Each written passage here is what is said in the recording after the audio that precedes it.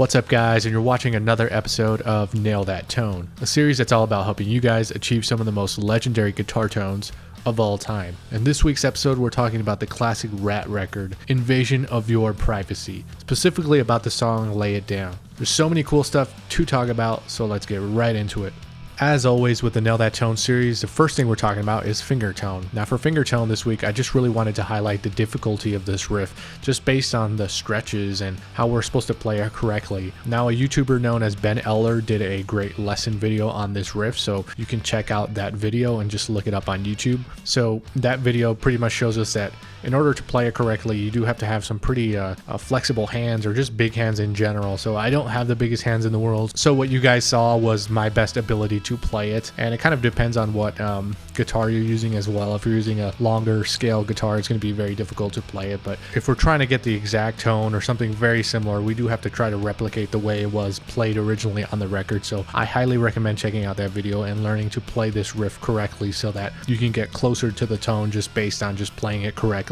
So now we're talking about what gear was used on this record. Now for this record, I believe RATT was working with an amp designer known as Lee Jackson. Now he's pretty famous in the amp world, in the kind of modded Marshall area, so that's kind of what made him famous. So he did work with a lot of different bands and such. So if you check the Lee Jackson website, you'll see different guitar players and different albums that Lee Jackson has worked for. So I do believe that for this record they used some modded Marshalls by Lee Jackson, or they possibly used some of the Metaltronics stuff, which is the amp brand that he went on to create. And for guitars, we do see that Demartini was of course a big fan of the Charvel, and he had some custom designs that were made for him specifically, so I'm assuming that that's what he used. And I did find an article that was kind of from the 80s that does have some good information on the amps and guitars he was using at the time. So if you're interested in his type of gear and that era of RATT, go ahead and check out that website, and I'll link it in the description. So when it comes to some of the other gear that they may have used, again, these articles are probably our best bets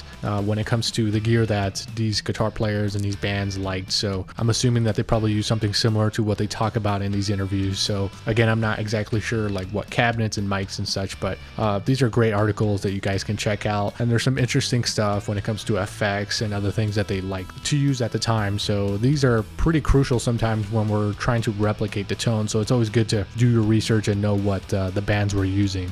So now we're talking about the gear I use to get the tone you guys heard in the beginning of the video. Now I'm currently in the process of moving, so I do have a good collection of amp heads which I could have used for this tone. I did want to use one of my Marshall heads, but due to the lack of kind of time and just space to record it all, I just decided to use my XFX3. So I'll go over the little preset with you guys a little bit. I'll probably do a future episode where I break down this preset a lot further in detail. I'll just kind of go over just quickly what I use so you guys can match it or try to replicate the settings if you're into that, or you happen to have an XFX3. But I will likely make a video about this tone, so in that video I'll go more in depth as to why I used what I used and kind of what's important here, what it is that we're looking at. When it comes to the guitars, I didn't use anything special. I used my Paul Reed Smith SE guitar, which I haven't used in any of my other videos, but just decided to use that guitar for this particular video.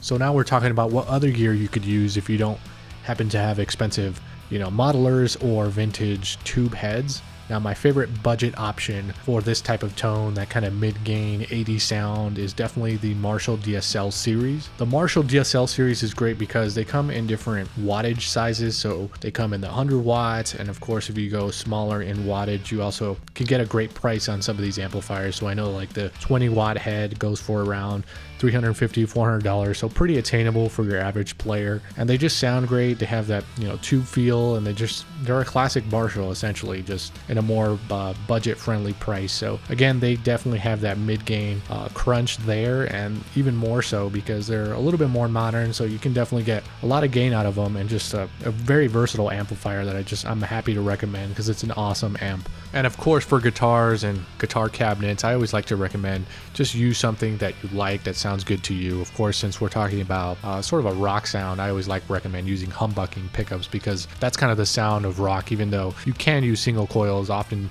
just humbuckers just generally sound better for this genre of music. Anyway guys, that's pretty much it for this video. If you learned something cool about this tone, about this album, about Demartini, go ahead and consider subscribing, leave a comment, like the video, and hopefully guys, we will see you in the next video.